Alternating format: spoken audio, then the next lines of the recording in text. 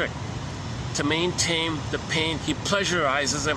He becomes a psychic masochist. Okay, so he pleasurizes the pain because the pain is needed because that's the byproduct of crying for love in anger, rebounding in on himself. It only goes to himself because mother rejects it, blocks it, turns to himself. So to maintain the hope for mother's love, he hates himself to deal with the pain. He makes it pleasure. What a trick, eh? What a trick. The baby says, gee, what a trick. I'm not in pain. I like it. Oh my God, perverse stuff. This is perverse pleasure. This is sick. This is illness. It makes people sick. Gives people illnesses and problems and dysfunctional stuff. But anyways, he's got to figure some kind of way. The capacitors, the limbic system is flooded with cortisol and stress. It's kind of holding him. Body's bearing the burden of body's holding him. So all these symptoms in the body like that. So it's kind of holding it like the capacitor idea. It leaks out into symptoms. So people have different there's different factors of how this is going to leak out, and different symptoms, and your attitudes, and body symptoms, and philosophy ideas, and opportunities. And do you have a talent to sublimate? That'll help. If you can sublimate, then you get some benefits. You get so there's little factors in this kind of area called sublimation. But anyways, Berger's way of saying it is, it's a major crime. He can't know this.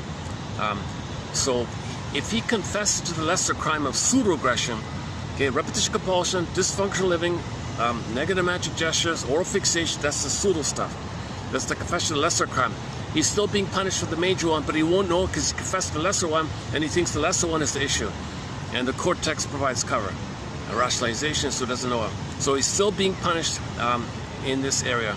Okay, he's tied, that's the thorn, the pin in the collar, the thorn, he fixated because he's waiting for mother's up. So the hope for the cookie. So he might be a lifelong smoker, drinker.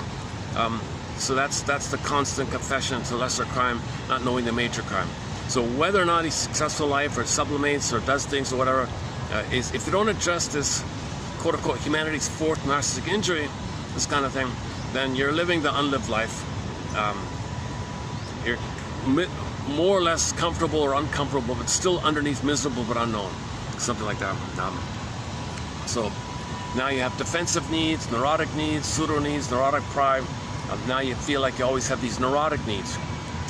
It's a defensive need to maintain the hope. But now this whole idea of hope, enter Ullman and Paul's theory. When a person searches for a symbol of mother, that symbol functions as what they call an ersatz self-object. So originally, the real self-object is the breast mother. Baby in the breast, they're kind of like one, like a unit, maternal matrix. Baby owns the whole system, the two is one, the matrix like that. But he owns it. But the mother functions as a self